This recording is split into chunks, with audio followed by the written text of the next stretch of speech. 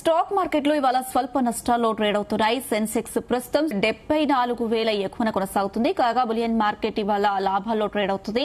Gold 450 రూపాయలు, kilo silver 1400 పెరిగింది. ఇక సాయంత్రం వరకు ఇదే ట్రెండ్ కొనసాగుతుందా లేదో మార్కెట్ ఎక్స్పర్ట్ జీవి సత్యనారాయణ గారిని అడిగి తెలుసుకుందాం. నమస్తే అండి.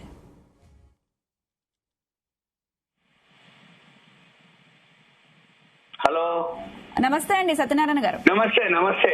దేశీయ స్టాక్ మార్కెట్లు ఇవాళ స్వల్ప నష్టాల్లో ట్రేడ్ అవుతున్నాయి. ఏంటి దీనికి రీజన్ ఏంటి? క్లోజింగ్ ఎలా ఉండే అవకాశాలు కనిపిస్తున్నాయి? ఓకే, ఇవాళ మంగళవారం weekly expiry national stock exchange కొంచెం బ్రెంట్ ఆయిల్ పెరగడం జరిగింది. $94 అది కొంచెం పెరిగింది. ఇంకా అక్కడ యుద్ధ వాతావరణంలోనే ఉంది అమెరికా ఇరాన్ మధ్యలో, కాబట్టి పెద్దగా మార్కెట్లు ఏమీ మూమెంట్ ఉండదు. తర్వాత ఇప్పుడు మన మార్కెట్లు కూడా ఇవాళ మంగళవారం ఎప్పుడైతే బ్రెంట్ ఆయిల్ పెరగడం జరిగిందో మంది కూడా కొంచెం ఫాల్ అవడం జరిగింది. ఇక్కడ మళ్ళీ వీళ్ళు అంటే అమెరికా ఏదైతే ఉందో అక్కడ ఇంకా ఉద్రిక్త పరిస్థితులే ఉన్నాయన్నమాట. దాంతో మళ్ళీ మన మార్కెట్లు ఫాల్ అవటం, వరల్డ్ మార్కెట్లు ఫాల్ అవటం ఇంతే. ఇక మనం ఎక్కువ శాతం ఏమి లేదు ఆడ. ఎందుకంటే మ్యాటర్ ఏంటిదంటే ఈ బ్రెంట్ ఆయిల్ న్యూస్ తోటి పెరగటం తగ్గటం, అక్కడ యుద్ధ వాతావరణం చల్లబడింది అనగానే బ్రెంట్ ఆయిల్ తగ్గుద్ది. అక్కడ యుద్ధ వాతావరణం మళ్ళీ ఉంది అనగానే మళ్ళీ ఇక్కడ బ్రెంట్ ఆయిల్ ముడి చమురు పెరగటం, మన మార్కెట్లు పట్టడం. మళ్ళీ ఇప్పుడు ఇరాన్ పై అమెరికా దాడి చేసింది అంటాం. ఈ కువైట్ పై ఇరాన్ వాళ్ళు మళ్ళీ క్షిపణుల వర్షం కురిపించారు అనేది వార్తలు. దాంతో మళ్ళీ అక్కడ పశ్చిమాసియాలో ఉద్రిక్తత తలెత్తటం, ఇరాన్ లోని రాడారు డ్రోన్ కేంద్రాలపై అమెరికా వైమానిక దాడి చేయటం, దానిగా కువైట్ లోని అమెరికా స్థావరాలపై ఇరాన్ క్షిపణులతో విరుచుకుపట్టడం, ఇవి రెండు కూడా అడ్డుకున్నామని వాళ్ళు ప్రకటించుకోవటం, ఇవన్నీ తోటి ఇరాక్ వద్ద రవాణా నౌకపై కూడా దాడి జరగటం, ఇజ్రాయెల్ లెబనాన్ మధ్య తీవ్ర ఘర్షణ జరగటం, ఇవన్నిటితోటి ఒక్కసారిగా మళ్ళీ చర్చలు అంటారు. ఆ చర్చలు ఒప్పందంపై కూడా మళ్ళీ అసంబద్ధత అనమాట. అంటే అయితే కావా అన్నట్టు ఉంటది. అంటే అది యుద్ధం అవుతున్నట్టు ఉంటది, చర్చలు అంటూ ఉంటారు.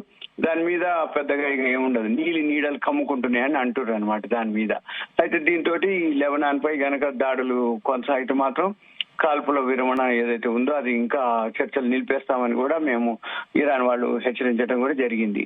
దీంతో మీ హెచ్చరికలు మేమేం లెక్క చేయమని చెప్పేసి అమెరికా అధ్యక్షుడు ట్రంప్ కూడా అనౌన్స్ చేయడం జరిగింది. వీటన్నిటితోటి ఇక్కడ ఏదైతే ఉందో ఇప్పుడు జరుగుతున్నదల్లా ఇదే ఇష్యూ తోటి మార్కెట్ లో ఏం జరగాలని ఏంటిదంటే ఒక అనిశ్చిత పరిస్థితుల్లోనే ఉన్నది. ఇప్పటికీ సుమారు 90 రోజులు దాటిపోయింది. ఫిబ్రవరి 28 మొదలు పెడితే మార్చి, ఏప్రిల్, మళ్ళీ మే అయిపోయింది. మార్చి, ఏప్రిల్, మే 3 నెలలు అయిపోయింది. జూన్ ఇప్పుడు మళ్ళీ 2వ తారీఖు తోటి ఉంది. కాకపోతే హర్మోజ్ నుంచి ఇప్పుడు ఒక 70 నౌకలు 3 వారాల్లో పంపించామని చెప్పేసి అమెరికా వాళ్ళు కూడా అనౌన్స్ చేయడం జరిగింది. మనవి కూడా కొన్ని నౌకలు వచ్చేస్తున్నాయని చెప్పేసి, అంటే మన వరకు రిలీజ్ చేస్తుంది అనేది ఒక అనౌన్స్మెంట్. కాకపోతే మళ్ళీ ఇప్పుడు ఏం జరుగుద్ది అనే దానికి ఏ రోజుకి ఆ రోజు మనం ఆ న్యూస్ ని బట్టే, అంటే ఏంటిది మనకి డే టైమ్, అమెరికాలో నైట్ టైం సేమ్ అనమాట. ఇప్పుడు ఎప్పుడైతే అమెరికాలో పొద్దున్నే రోజు ఉదయం మనకి ఏదో ఒక న్యూస్ వస్తుంది, ట్రంప్ ఇలా అన్నాడనో లేకపోతే ఇరాన్ వాళ్ళు ఇది జరిగింది అని. దాంతో ఇప్పుడు మన మార్కెట్లు ఒక రోజు పెరగటం, ఒక రోజు తగ్గటం, ఉదయం పెరిగితే సాయంత్రం తగ్గటం. ఇవాళ మంగళవారం, ఇవాళ కూడా మళ్ళీ ఏమీ కనపడట్లేదు. మరి మధ్యాహ్నం లోపు ఏదైనా న్యూస్లు వస్తే అప్పుడు ప్లాన్ చేసుకొని, అంటే మళ్ళీ మార్కెట్లు రెడీగా ఉంటాయి అన్నట్టు. బ్రెంట్ ఆయిల్ ముడి చమురు కనుక తగ్గటం మొదలు పెడితే ఆటోమేటిక్ గా మన మార్కెట్లు రికవరీ అవటం జరుగుతుంది. ఇప్పుడు ఏదైతే గోల్డ్ సిల్వర్ ఉందనుకోండి, గోల్డ్ సిల్వర్ కూడా పెద్దగా మూమెంట్ ఏం లేవు. గోల్డ్ అయితే ఒక ₹1000 దాకా పెరిగింది, సిల్వర్ ఒక 2000 దాకా పెరిగింది. 1800-2000 మధ్యలో సిల్వర్ కూడా పెరగడం జరిగింది. ఇది వార్త. సత్యనారాయణ గారు, మనం చూసుకుంటే ఇప్పుడున్న సిచ్యువేషన్ లో ఏ స్టాక్స్ పైన అంటే ఫోకస్ చేయొచ్చు అంటారు అసలు స్టాక్స్ పైన, లేదా కొన్ని రోజులు ఆగితే చాలా మంచిగా చాలా కంపెనీలు వచ్చినాయి, మంచి రిజల్ట్స్. ఇంకో 700 కంపెనీలు రిజల్ట్స్ రావాలి. కానీ ఆల్రెడీ వచ్చిన కంపెనీలు కొన్ని వేల కంపెనీలు ఉన్నాయి. వాటిలో ఏరుకొని కనుక ఇన్వెస్ట్ చేస్తే రాబోయే రోజుల్లో అవి మల్టీ బ్యాగర్లు అయ్యే అవకాశాలు ఉన్నాయి. ఇప్పుడు ఉదాహరణకి 5,000 200 వరకు రిజల్ట్స్ వచ్చేవి ఉన్నాయి. ఇప్పుడు 40-400 వచ్చినాయి. ఇంకో 800 దాకా రావాలి రిజల్ట్స్. కానీ ఈ 4400 వచ్చిన కంపెనీల్లో వాల్యూ ఉన్న స్టాక్స్ కొన్ని వందలు ఉన్నాయి. అవన్నీ కూడా రాబోయే రోజుల్లో మల్టీ బ్యాగర్లు అయితే వీళ్ళంతా ఎవరైతే ఉన్నారో ఈ వీడియో చూసేవాళ్ళు హోంవర్క్ చేయాలి. అంటే ఆ స్క్రీనర్ .inకి వెళ్ళి ఏ కంపెనీలు అక్కడ స్క్రీన్ చేయొచ్చు అనమాట. చేస్తే ఏ కంపెనీలు పోయిన సంవత్సరం మీద ఈ సంవత్సరం ఎన్ని వందల వేల రెట్లు కూడా లాభాలు వచ్చినాయి ఉన్నాయి చాలా కంపెనీలు. అవి తీసుకోవాలి. అవి మళ్ళీ టెక్నికల్ గా గ్రాఫ్ చూసుకోవాలి. అవి కనుక కొనుక్కొని పెట్టుకుంటే 3 నెలలు 6 నెలలు ఎప్పుడో ఒకసారి మళ్ళీ ఇదంతా ఎక్కడో ఒక దగ్గర సర్దుమణుగుతుంది. అప్పుడు ప్రపంచవ్యాప్తంగా మళ్ళీ మార్కెట్లు పెరుగుతాయి, మనం కూడా మార్కెట్లు పెరుగుతాయి. అప్పుడు ఆటోమేటిక్ గా మన షేర్లు మల్టీ బ్యాగర్లు అయ్యే అవకాశం ఉంది. ఇంకొకటి ఎల్లుండి 5వ తారీఖు, ఇవాళ మనకి 2వ తారీఖు, 5వ తారీఖు మన ఇండియాలో ఆర్బీఐ వాళ్ళు క్రెడిట్ పాలసీ అనౌన్స్ చేస్తారు శుక్రవారం.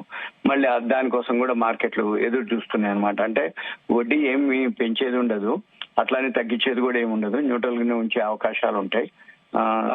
క్రెడిట్ పాలసీ అంటే అమెరికాలో వడ్డీ రేట్ల డెసిషన్ ఏదైతే ఉందో దాన్ని బట్టే మనం కూడా ఫాలో అవటం జరుగుతుంది. ఆల్రెడీ అమెరికాలో వడ్డీ రేట్లు న్యూట్రల్ గుంచారు. మంది కూడా రేపు 5వ తారీఖు శుక్రవారం వడ్డీ రేట్ల మీద డెసిషన్ ఉంటుంది. రేపటి నుంచి 2 రోజులు డిస్కషన్ ఉంటుంది. తర్వాత ఆటోమేటిక్ అనౌన్స్మెంట్ ఉంటుంది. న్యూట్రల్ గా ఉండే అవకాశాలు ఉన్నాయి. కాబట్టి మార్కెట్ లో పెద్దగా ఏమి మూవ్మెంట్ ఉండవు. న్యూట్రల్ అంటారు. అంటే న్యూట్రల్ అనేది ఉండదు.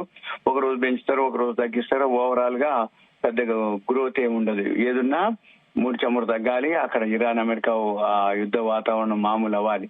కానీ అది కనపడట్లేదు. అంటే ఇప్పటికి ఇన్ని రోజులు గడిపోతుంది, ఎవరికి వాళ్ళు చేస్తుండే అనమాట. అంటే ఎవరికి వాళ్ళు అంటే ఇరాన్ మీద అమెరికా వాళ్ళు ఒక రోజు ఒక అనౌన్స్మెంట్ ఇస్తారు, అమెరికా ఇరాన్ వాళ్ళు ఒక వార్త ఇస్తారు. దాన్ని బట్టి కాకపోతే ఈ హర్మూజ్ నుంచి ఏదైతే ఉందో ఉన్నా గానీ మస్కట్ తీర ప్రాంతానికి ఇబ్బంది లేదని, భారత్ ఓమన్ ఏదైతే ఉన్నాయో అవన్నీ కూడా ఒప్పందం జరుగుతుందని, మన ఎగుమతులు కానీ దిగుమతులు కానీ ఏదైతే ఉన్నాయో అవన్నీ కూడా లేకుండానే జరుగుతున్నాయి అనమాట. కాబట్టి ఇప్పుడు మళ్ళీ లేటెస్ట్ గా మనం నిన్న భారత్ ఓమన్ దేశాల మధ్య స్వేచ్ఛ వాణిజ్య ఒప్పందం జరిగింది అనమాట నిన్న. అంటే మనం ఎగుమతులు ఏదైతే ఓమన్ దేశానికి చేస్తామో వాటికి సుంకాలే ఉండదు అనమాట. కాబట్టి అయితే మళ్ళీ ఓమన్ నుంచి వచ్చే వాటి మీద మాత్రం మినహాయింపులు ఉండటం వల్ల మనకు అవి లభిస్తాయి అనమాట. అంటే మనం ఎక్స్పోర్ట్ చేసినప్పుడు సుంకం ఉండదు కాబట్టి ఓమన్ లో మన ప్రొడక్ట్స్ తక్కువలో దొరుకుతాయి వాళ్ళకి. మళ్ళీ ఓమన్ నుంచి మనకు వచ్చే వాటికి సుంకాలు మినహాయింపులు ఉండటం వల్ల మళ్ళీ ఏమవుతుంది, ఇప్పుడు ఖర్జూరం కానీ ఏవైతే డ్రై ఫ్రూట్స్ అటువంటివి ఏవైతే ఉన్నాయో ఓమన్ నుంచి వస్తాయి, అవన్నీ మనకి తక్కువలో దొరుకుతాయి అనమాట. ఎందుకంటే దిగుమతి సుంకాలు ఉండవు కాబట్టి. అంటే ఇవన్నీ కూడా ఈ అమెరికా ఇరాన్ యుద్ధం నేపథ్యంలో ఇప్పుడు ఏం జరుగుతుందంటే ఈ హర్ముజ్ జల్సంది ఎప్పుడైతే రావటం లేదో అంటే అప్పుడు ఈ గల్ఫ్ అనమాట, ఓమన్ అనుకోండి, బహరైన్ అనుకోండి, Kuwait, Qatar, Saudi Arabia, UAE ఏదైతే దేశాలు ఉన్నాయో మనం ఎగుమతి చేయాలంటే కష్టం అవుతుంది. కాబట్టి ఇప్పుడు ఏం చేస్తారు, సుంకాలన్నీ కూడా ఎగుమతి సుంకాలు దిగుమతి సుంకాలు లేకుండా ఈ ఖర్చు ఏదైతే ఉన్నా గానీ తక్కువతో పోతుంది అనేది అనమాట. అంటే కొంచెం ఈ ఓమన్ తీర ప్రాంతం హర్మూజ్ అనమాట, అక్కడ బయట ఉండటం వలన కొంచెం మనకు ఉపయోగపడుతుంది అనమాట. ఇది అన్నమాట. ఓకేనా?